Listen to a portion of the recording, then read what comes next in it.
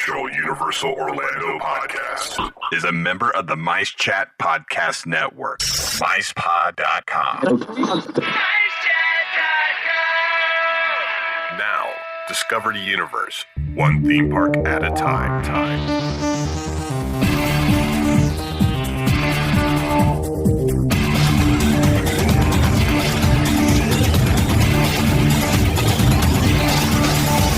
Greetings, Universal fans! This episode was made possible by Fairy Godmother Travel and the Producers Club. So let's join the gang as we discover more about the Universal Orlando Resort, as well as Universal Studios Hollywood, Japan, and Singapore. Hello, everyone, and welcome to episode 166 of the unofficial Universal Orlando podcast. I'm your host, Darren, and joining me today we have Tracy. Hello. We have Lee. Hello, everyone.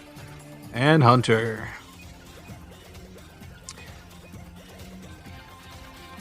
Wait, you said my name. Hi.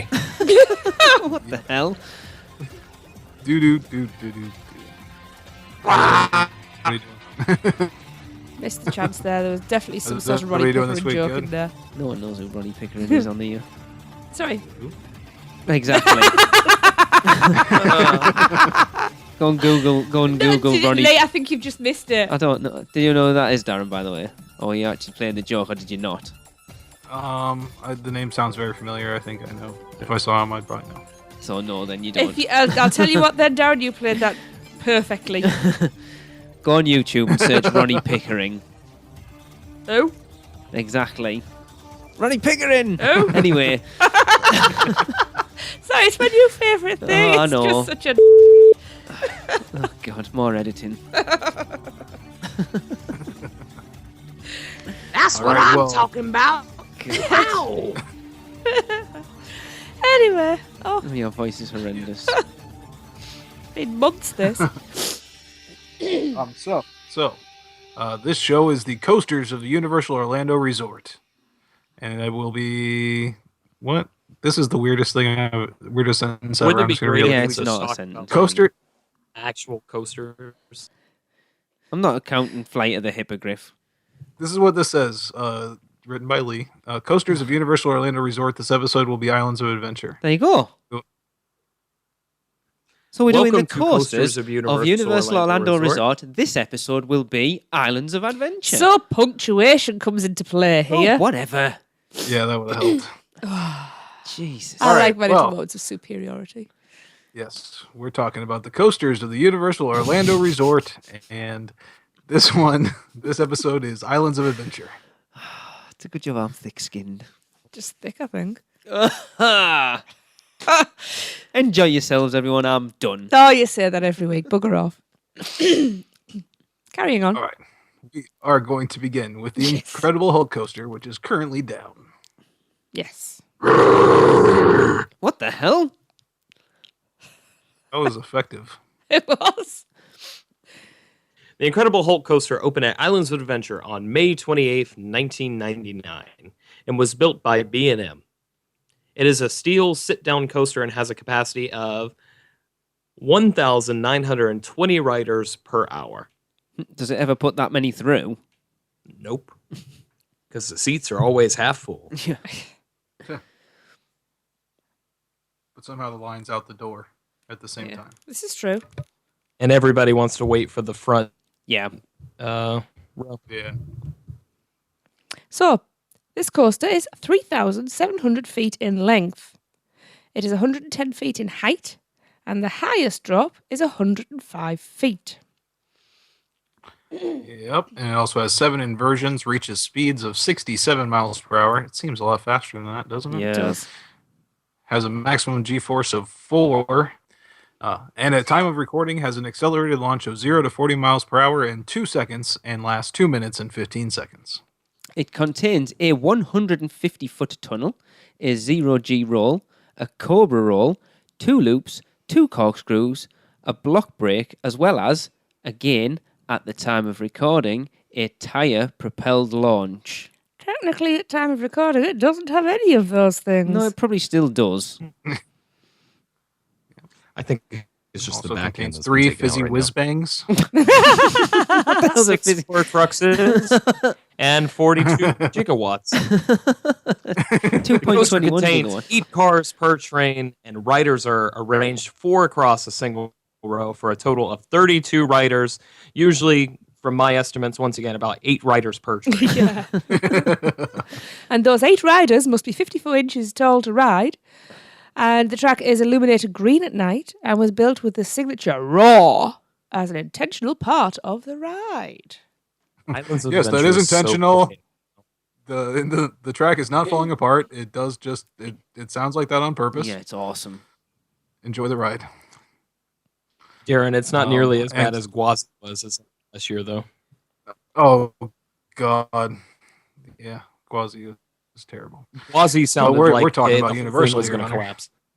Yeah, we're not the unofficial Busch Oh, Gardens. that was the podcast. lion's roar. Yeah, the wooden coaster. I like Gwazi. I like my teeth more. It was terrible. Yeah. Anyways, we're going to take it through the queue now. Writers enter the science laboratory of Dr. Bruce Banner with many televisions showing the story of the Hulk. Bruce is now trying to find a way to reverse the effects which the guests are about to take part in. While walking through the lab, they encounter items including the generator, the gamma core, and the towers of power.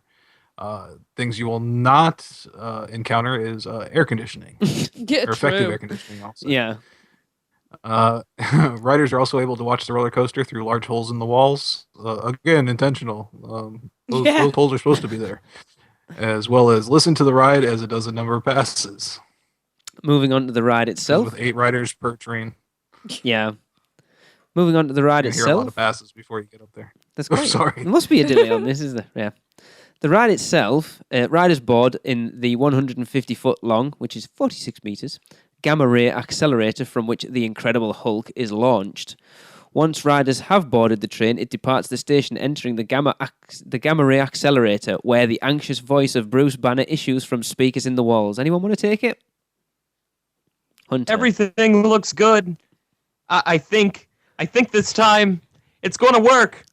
On cue, a female voice announces that there has been a malfunction. There's been a malfunction. I don't know what she actually says, but I'm doing a Klaxons female begin to voice. sound inside the tube as Dr. Banner screams. Jesus. It's just a scream, Jesus. Klaxons begin to sound inside the tube as Jesus! Jesus!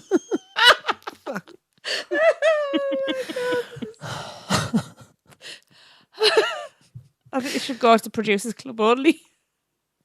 Klaxons begin to sound inside the tube as Dr. Banner screams in terror.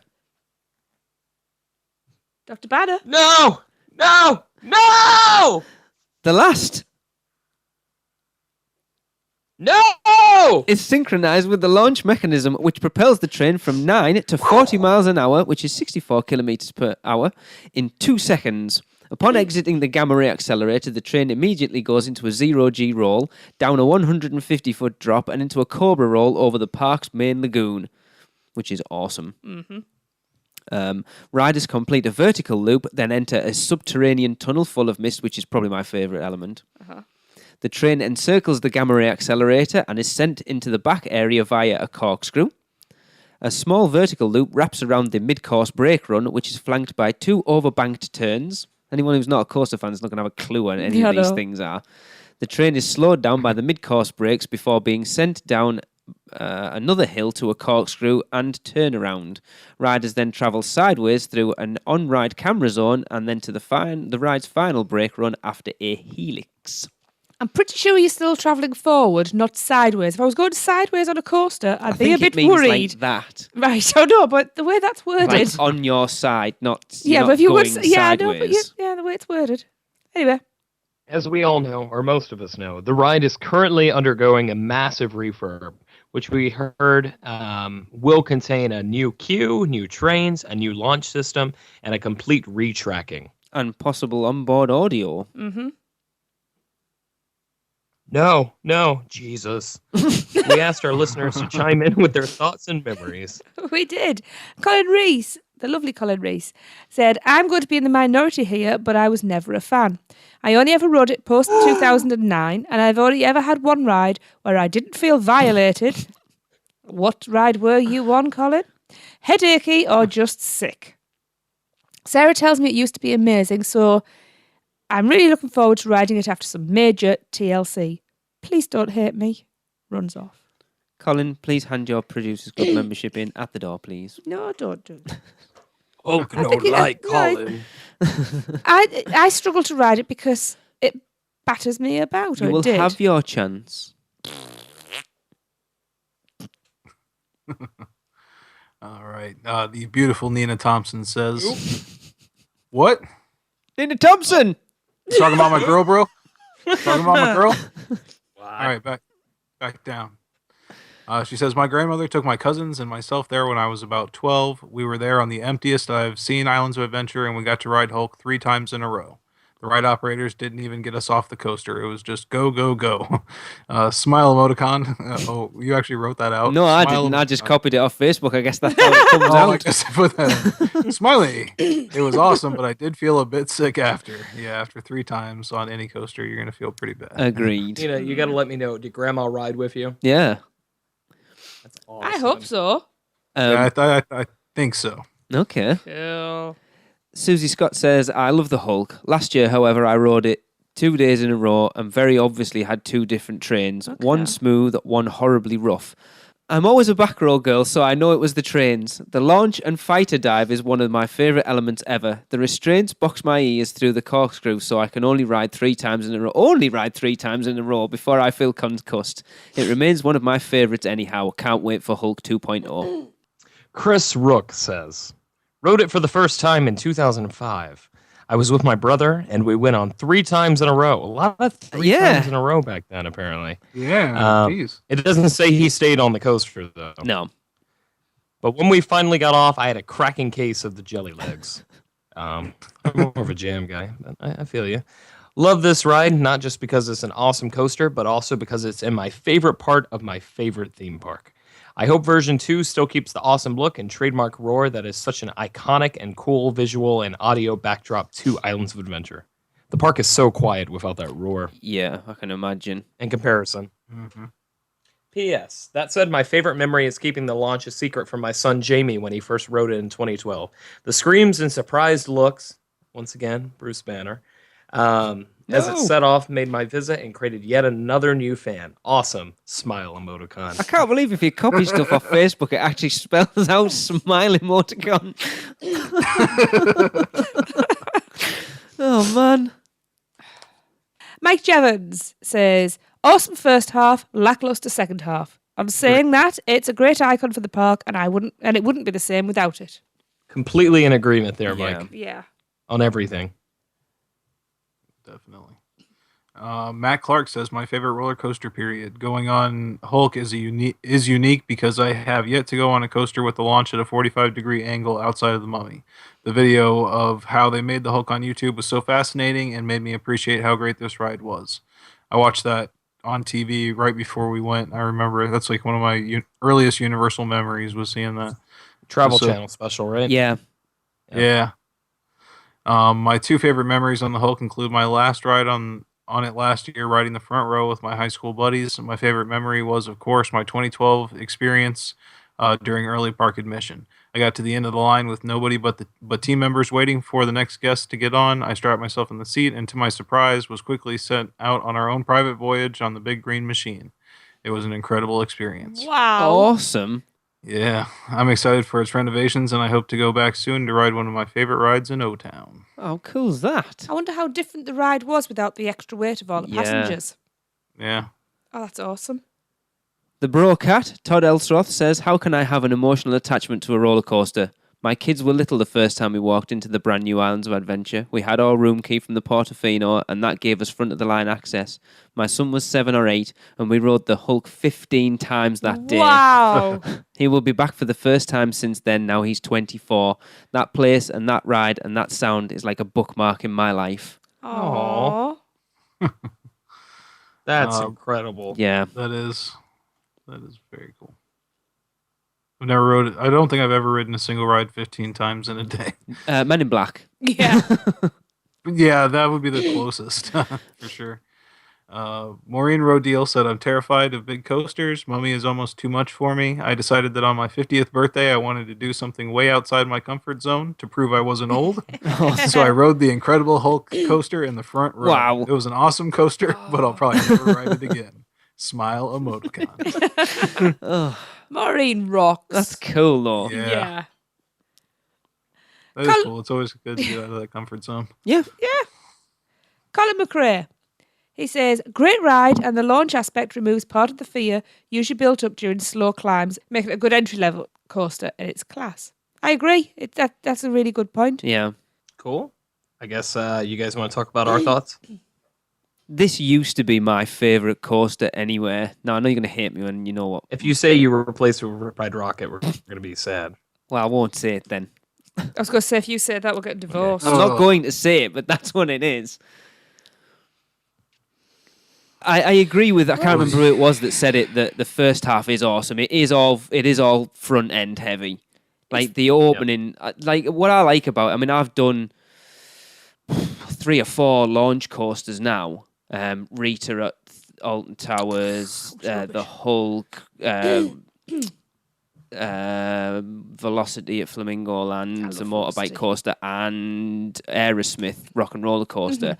And what I like that the Hulk does that none of them do is it's not a standstill launch. And I think it's actually better that you're sort of slowly moving up that tunnel and then you go. Yeah. It's the best launch. And the fact that, coaster. the fact that you're inside as well, whereas normally when you're doing that creep and incline, you're looking down the sides and you can see, And when you come out the tunnel at the other end, you're like a lab rat because you've been stuck in the semi-darkness in the queue for like half an hour, and then you come out in and the Tracy is blinding letting you free. sunlight. See, I wear my sunglasses, but I have to wear a glasses strap anyway because I wear glasses. So I still remember the first Want to be able to time. see. The first time we rode the Hulk. I think it was the first ride we rode at Quite Universal because you had a cheap fanny pack. Right, this is how we used to rock fanny packs. Ride them. You can and that bum was, bag, and thank they were you. the We're days English. where you could wear them on anything. So we went to go on the Hulk with them on, and Tracy snapped. So we had to bin it and put everything in mine Oh, while we were in the queue. But I remember coming off just blown away by it. Yeah. yep. But I know. Yeah, Go on, Darren. Sorry. Oh no, I was just gonna say I just remember riding it not too long after it opened, and not knowing anything about it. I saw the Travel Channel special actually after we went for the first time, but not knowing about the launch taking off like that is probably the best experience. That's something I wish I could get back. Yeah. Not knowing how that's gonna happen, but yeah, that was so cool because it was literally a moment of panic for me when it's like, oh, something's going wrong, this isn't right, and bam. So definitely very effective and very cool. And it is the coolest sounding coaster, Yeah. bar none. I'm so disappointed that we're coming over in a week's time, and that Jade's finally tall enough to ride it, and she's not going to be able to. Well, we'll have to start a GoFundMe and go back next year. That's right. You donate to mine, I donate to yours. There you We go. will. There you go. But yeah, I know we've had Tim Grassi on from the e-ticket Yeah. report before, and I know one of his biggest complaints was like the back end of it. Like I can't remember, it said that there's no theming to it. You kind of backstage, so you can see like the employee car parks and stuff. And Yeah, it this is true. after such a great. I mean, let's be honest. That opening sort of 30 seconds is probably the best opening 30 seconds on any coaster. Mm-hmm. To then just kind of half-ass As the far back as end thrill? of it. Yeah. Oh, okay. Then, yeah, definitely. Yeah. Whereas it seems like the back end, like once you go through that tunnel and out the other side, it does seem like a little bit of an afterthought. And I can't see what else they can do with it, really, unless they enclose it all, which they're not going to do. No. Probably not. I think it'd be pretty cool to, and this is blue sky, unlimited budget sort of thing. You still have the traditional opening, but that back half, they'll put you in a warehouse and then they'll do, effects back there. It'll be in the dark. They'll Like a do mummy style black thing. light. Yeah, maybe like a mummy or maybe like a rock and roller coaster. Just theme it up a bit. Yeah. That'd be awesome. Possibility, Yeah, that would be cool because that's basically can't cost that much just to literally build, like you said, a warehouse around it. Yeah. Yeah. And then, just drop it in the dark because the best experience you'll have on the Incredible Hulk, I think, is at night Which when I've everything is never lit done. I up. know. You know, well, at least that's the best experience I've had on the Hulk. Yeah. I still kick myself now that the only time we've ever had the opportunity to do Hulk in the Dark during Halloween Horror Nights in 2004, we did all the rides that were indoor. Yeah. Idiots. Completely. Yes. Let's do Spider-Man. Let's do The Mummy. Let's do Poseidon's Fury. Let's leave the ones that are outside. Yep. Idiots. Newbies is the word. Oh, yes. Idiots. But no, I know Um, you've complained that you found it very rough because you didn't ride it at all I last time couldn't. we went, No, did I you? mean, I was quite ill last trip. This seems to be Yeah, but even a recurring when thing. we were there, first But- off, you still didn't ride it. no. To be honest, the last time I did ride it, it rattled me around so much. My neck and shoulders hurt for a couple of days afterwards. So It'll be interesting if they do introduce the linear induction mode at launch, whether it will be faster. yeah, I'm trying to think, Darren, did we ride it together last time or not? I can't remember. I think we did. I Did don't the three of remember. us ride it? Me, you, and Raymond. Rings a bell. I just think remember we Busch did. Gardens more than anything. I know. I remember you meeting up Secret? with us and saying that you'd blasted through the Hulk twice before you met us. It's like, oh, I was just walking Yeah. past, and it was rude not to go on it twice. Which is fair enough because it's never had a long line. I think the last time we were there, we maybe rode it twice or three times, and I don't think I waited more than 10 minutes. Yeah. Which Well, is it has had a long line before. I remember, like, as a kid, riding it when it first opened, and being in the outside queue for like hour. Had to have been like a solid hour before we even got inside. wow. Yeah. I don't think we've ever queued outside. Yeah. Probably No, I will don't never again, but it was pretty bad. All right. Well, let's just go ahead and take a quick break.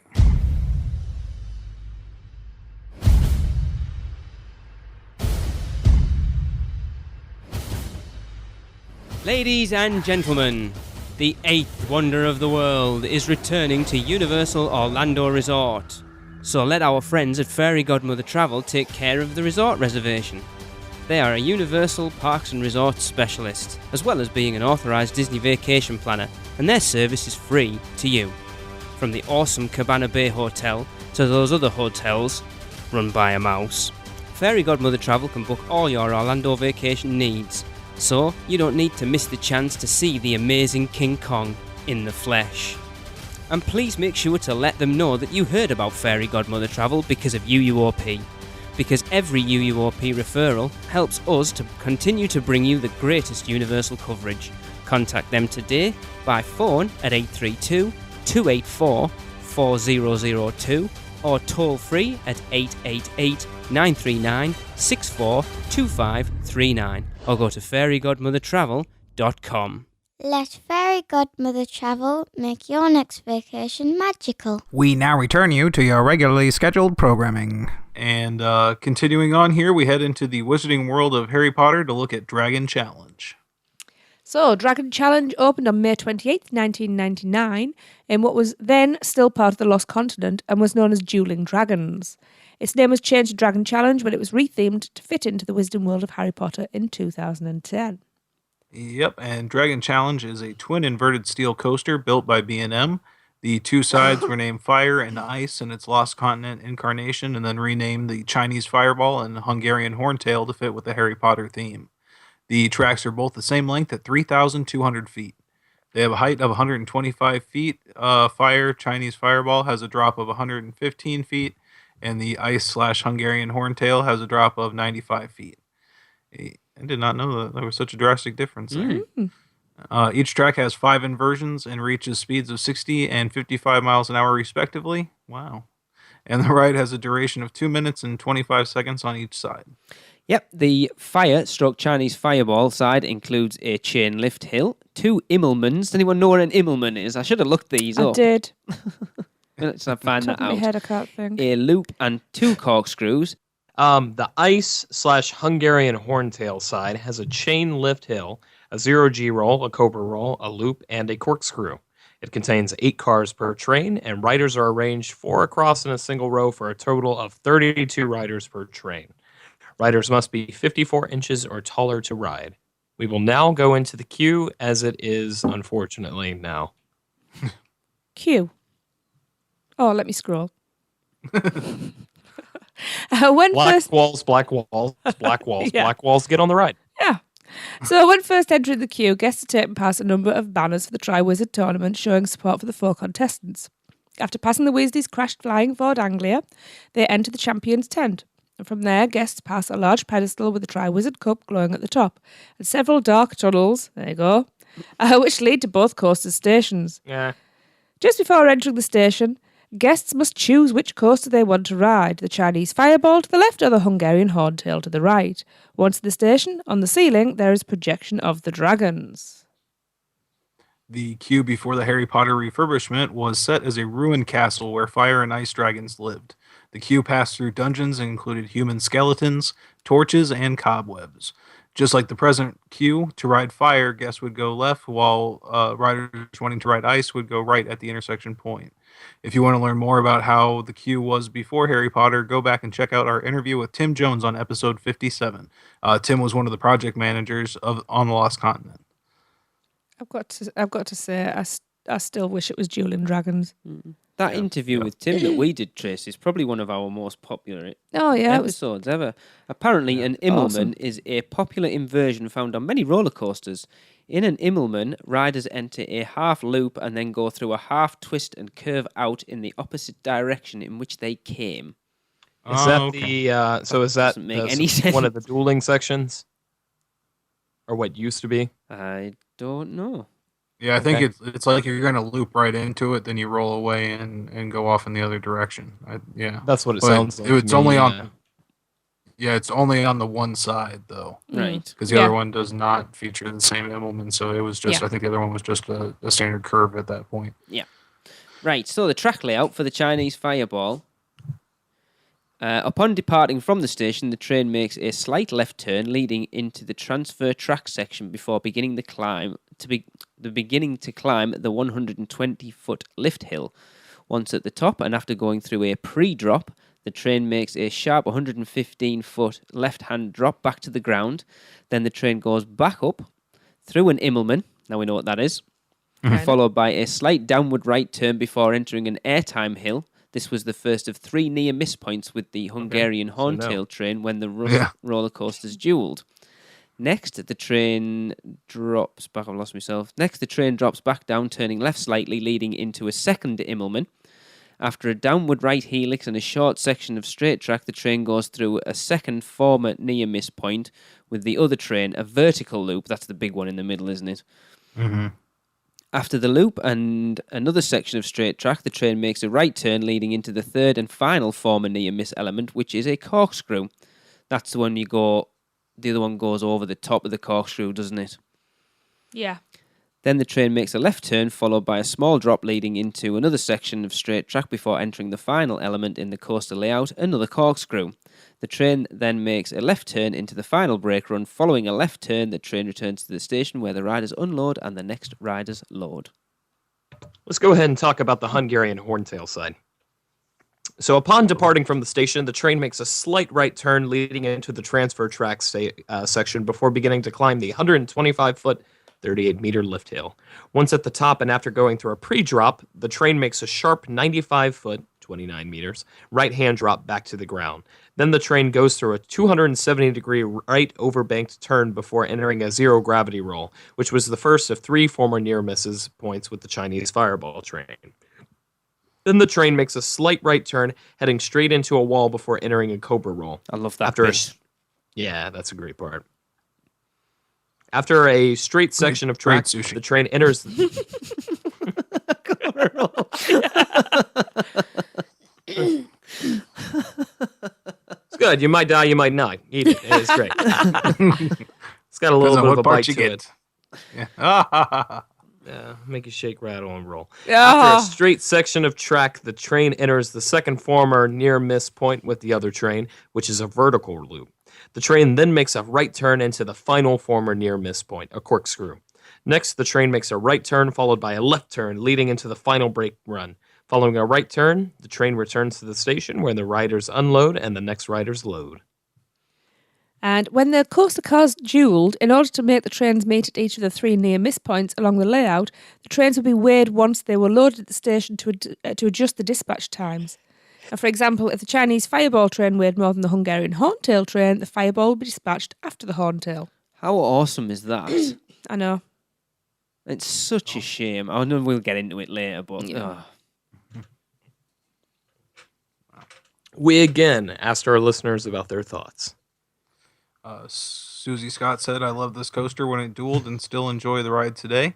My favorite element, yes, I'm a coaster girl, is the airtime bunny hop in the middle of fire. And who didn't love the foot chopper when the trains ran together? I have a love-hate relationship with that train queue. However, it's such a hike in. I love the re-ride cut through.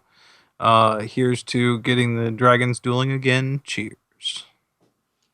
And the lovely Nina Thompson says, I have so many great memories of the ride and its ridiculously long queue that I remember being completely full when it first opened. But I remember a time in 2013 when the ride started and we were about to start going up when the ride came to a halt. We were all confused as to what was happening, but then it started raining hard. We were all yelling to the employees to let us out because we were strapped in and freezing in the rain. Finally, the problem was solved. They had to get a rider with a leg cast off. how the hell did he get on it? Yeah. Since the cars can't ride backwards, we all rode it in the rain. Cool experience, and we all got free T-shirts and express passes. Smile emoticon. That's pretty Yes. awesome. It though. is. Sam Radon. I'm going to go with that. Maybe Sam Radon. Radden. Robin. Sam Radon. Forgive me, buddy. Radon. Ah, Wins. that's the guy with the hat that chops people's heads off. Right? Yeah. Yeah. Yes. Aw. I love these coasters because they are so fast, but you don't realize it until you're strapped in and hurtling around the track. See, I'm going to talk to you real quick, Sam. So, the thing about Dragon Challenge is you have to go up that lift hill first, though, and you sit there and you ponder your entire life's decisions that got you up to this point. And it's a good 30 seconds. Yeah. It is a very fast coaster, though. Yeah. Kerry Williams says, getting excited when we were last there in 2013 that there was a 5-minute walk, merrily skipping through the indoor queuing area and walked right in a wall. Fun times. oh dear. Oh, ouch. That's not a good memory to have. Yeah. Well, it's so dark in there after being in the outside part. Yeah. I could see that happening.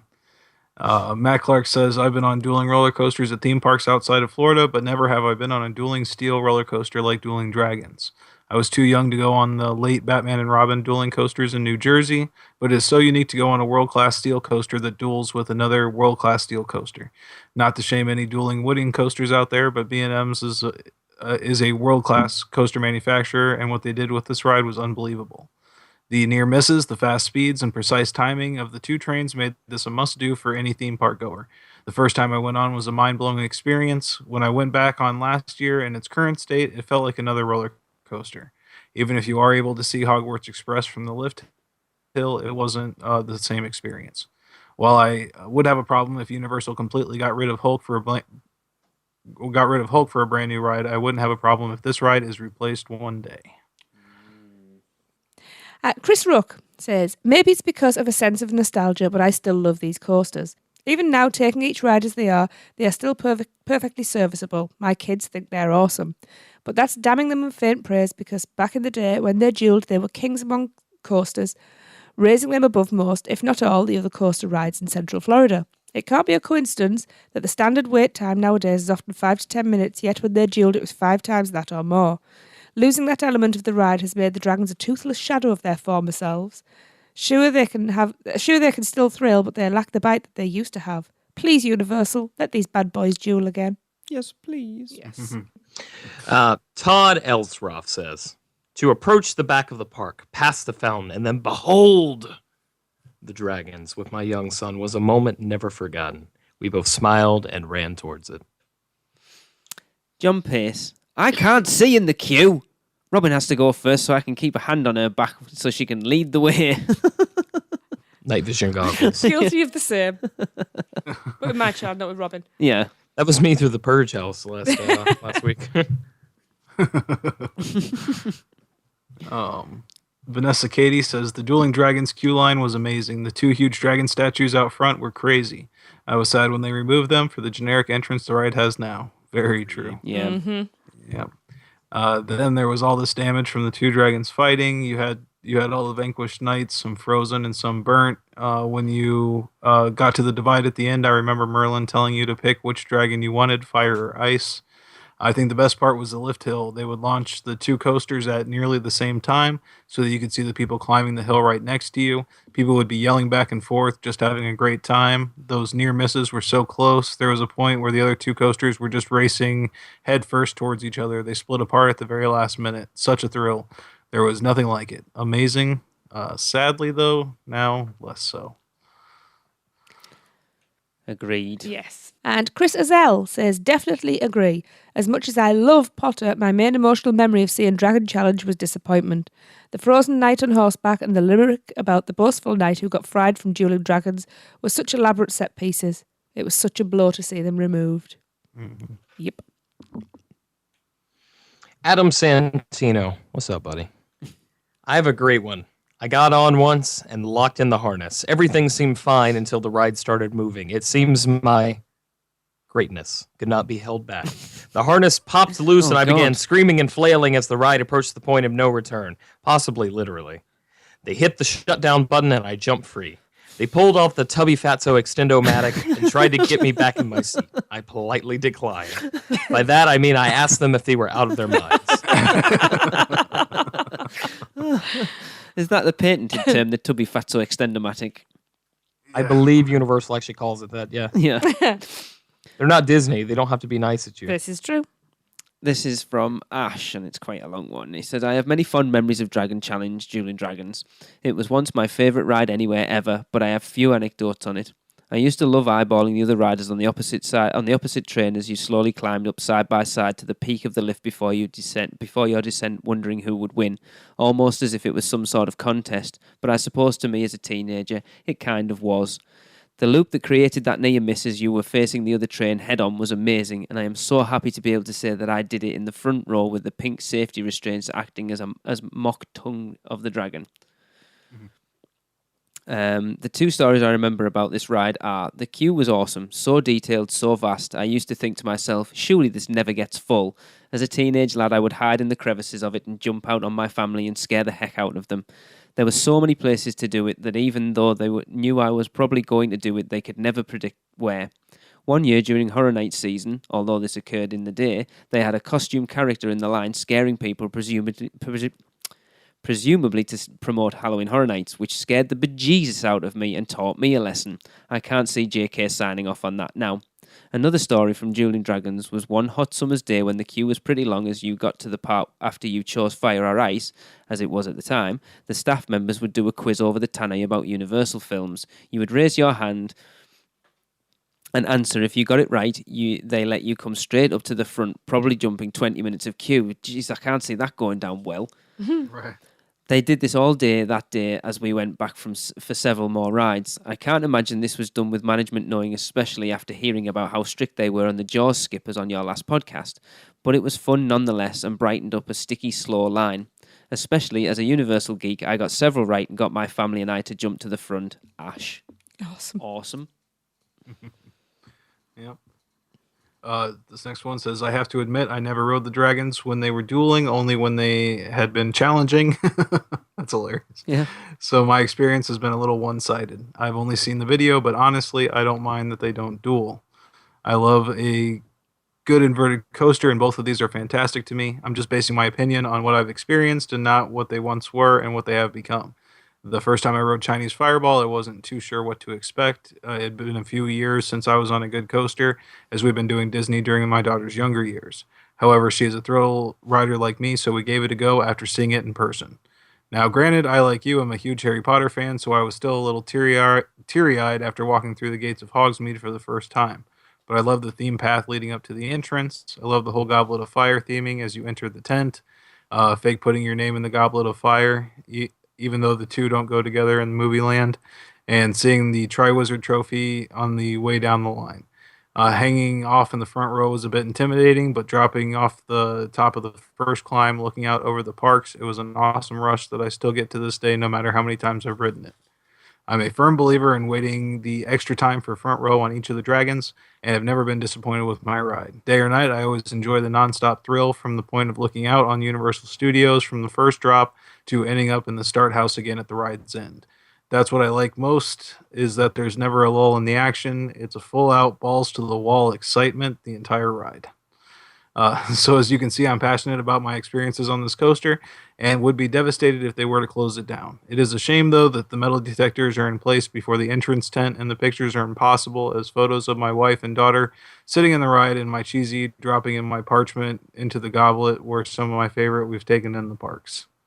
Cheers, Brian in Colorado. So, yeah, what are your guys' thoughts? They've taken what everybody said there were two fantastic coasters that went together to make an amazing singular experience, and now it is just two sort of fairly decent coasters. Yeah. Mm-hmm. It's not... The second best coasters on property are that, though. Yeah. Third. But remembering, it's not because of the Wizarding World that they don't duel anymore. No. It's safety issues because of divs. But then, this is where the metal detectors come in. We all thought that when they were putting the metal detectors in, that's it, we're going to see these duel again. And those metal detectors have been in place for, 6 months now? And there's still nothing. Yeah, don't really get it, don't understand. Because, I remember riding that, again, like when it was Dueling Dragons, and it was awesome. Those near misses that they were talking about are seriously really close and really cool. Yeah. Just and like they said, going up the lift hills at the same time and like being able to look over and yell at people, it was fun. Yeah, I've said it quite a few times. I love a ride where you get to interact with other people on it. And all right, it's a coaster, but you've still got that where you kind of smack talking the people on the one next to you. It's brilliant, and it just creates a more interactive experience, which you don't get on a coaster. Yeah. No. You look back to, like, I think I can't remember who it was that said about the original entrance with the two dragons, but there was that spot on the path where if you stood in the middle of it, you got to see all three near misses perfectly framed in the entrance. And the entrance now... It's bland. It's nothing. It's just a hole in a wall. With an egg, and it says Dragon Challenge. It's in small writing. Yeah. Because if you didn't know it was there and you weren't looking at the map, you could walk past that. It's very understated. And being like before the actual entrance to Hogsmeade, I think a lot of people do that. Just walk right past it. Oh, wait, it's not before. No, it's right just inside, after. It's kind of between the entrances But, and the Hogwarts Express. Between the train station, which a lot of people think is just a train station, not the lockers for a ride. Yeah. And the actual entrance being nothing there. Yeah, it's Which very is weird. It is, especially when you think how much. But actually, it just sort of crossed my mind there. Maybe because Universal wanted to keep that coaster in there, and potentially J.K. Rowling wasn't happy, so she said, what I want you to do is I'm quite happy for you to keep it there, but I don't want you to make a big focus of it, maybe. Because it doesn't fit into her theme as much. Because originally that was going into Disney, wasn't it? You'll know all about that, won't you? Originally it was supposed to be going into the Beastly Kingdom side of Animal Kingdom, wasn't it? That's right. Most of the designers actually came from Beastly Kingdom after that project was shut down. And the original concept for Beastly Kingdom, if I recall correctly, it's almost very Hobbit-esque. But the idea was that was going to be the big e-ticket attraction before we got Everest like 10 years later. You'd go into this castle, dilapidated, kind of ruined, kind of like what we actually got with Dueling Dragons. But there would be giant, almost human-sized bats, and they were going to be audio animatronics, and they'd invite you. They're going to go in and steal from this big, old dragon. Like I said, kind of Smog-like, if you will. And it was going to be a dangling roller coaster like that, focusing on you stealing from this dragon character. And I can see a lot of those elements were carried on over into Islands of Adventure for Dueling Dragons. Yeah. No. I mean, if I remember rightly, when we went for the first time in 2009, I took Raymond on it for the first time. That was the first time with the kids, not our first time. Yeah, the first time with the kids.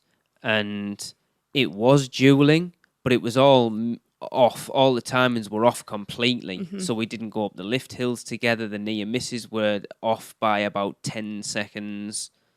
Ugh. And it was like, I don't know what was worse. I don't know whether I'd rather would have ridden them not dueling at all. Well, it sounds like they weren't dueling. Well, they would. They would still.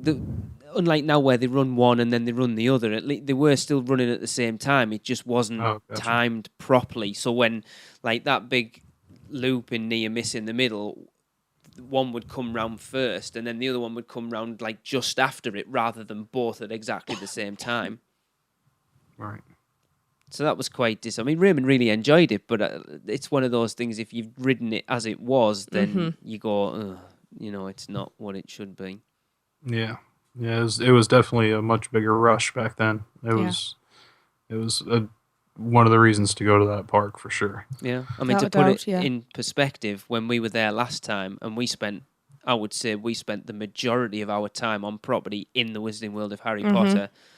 I only rode Dragon Challenge once, and I mean once, not both sides, just one side. I think you rode it twice, because you rode it with Darren twice, I want to say, because you rode it with Darren and Raymond, and then I went and rode it with Darren and Raymond, and I'm sure you went on it again, and I just couldn't be bothered.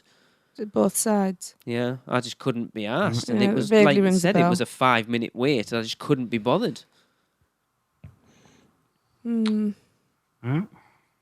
disappointing, especially with all the rumours that it was going to start dueling again, and I thought they were threatening to pull it because it needs to duel. The way it's designed, isn't it? It needs to duel. I have heard that B&M won't keep any maintenance up on it because it is designed to duel. If you don't have it dueling, then it's not actually running the way it should do, and that causes more problems to it. I don't understand how, because technically they are two separate structures. It feels like two would put more pressure on it. That's what I heard, whether it's true or not.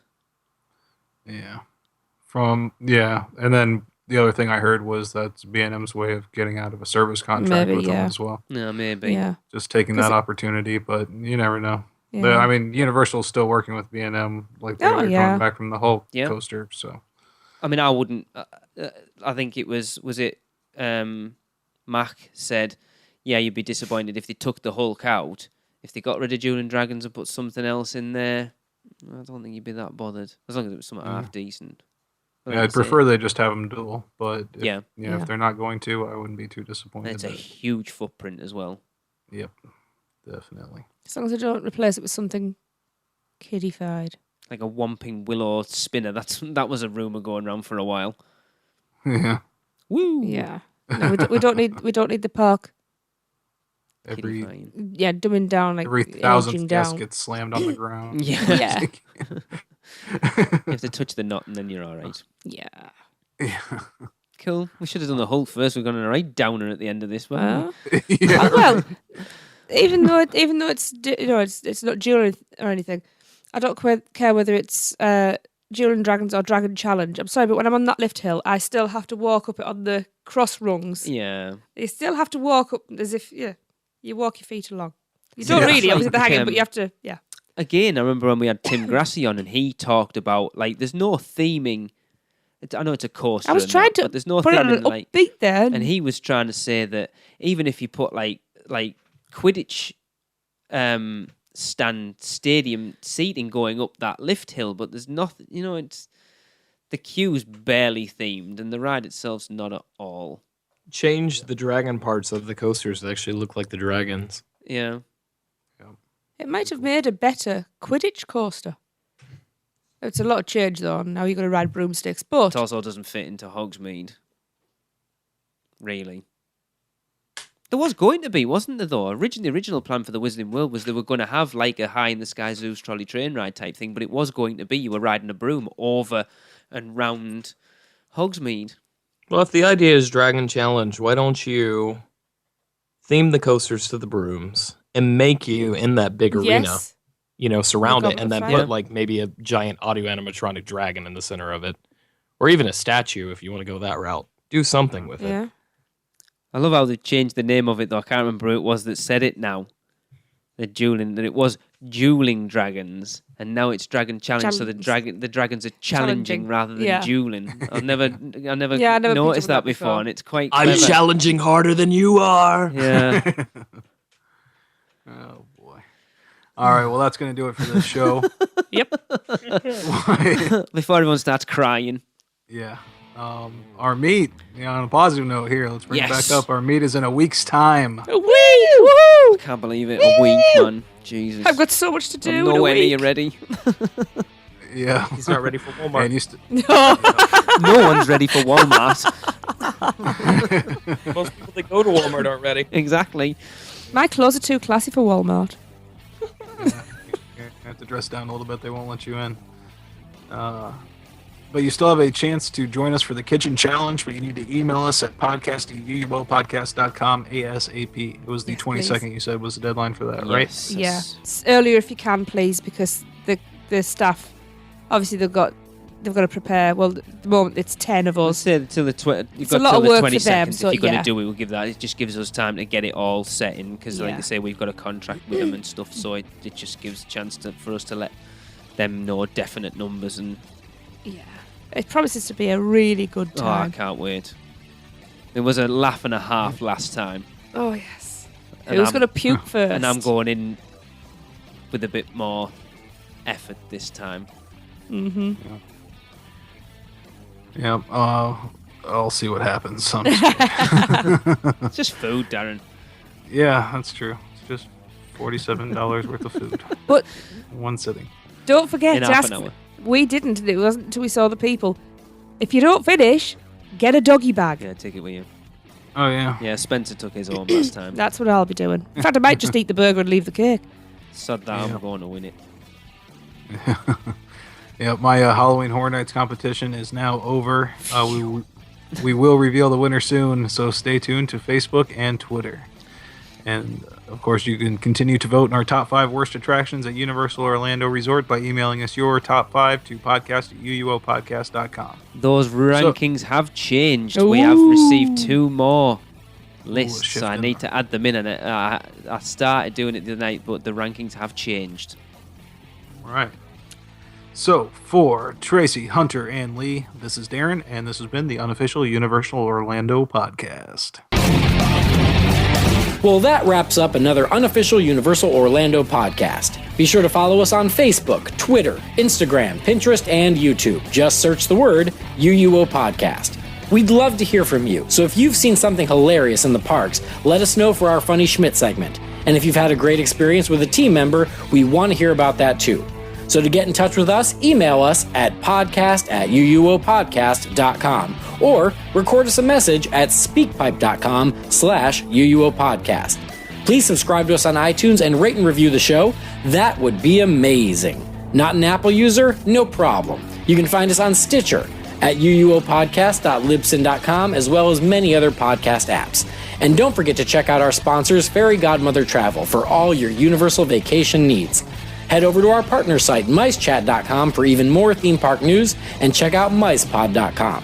So until next time, be adventurous. This has been a micepod.com presentation. MiceChat.com.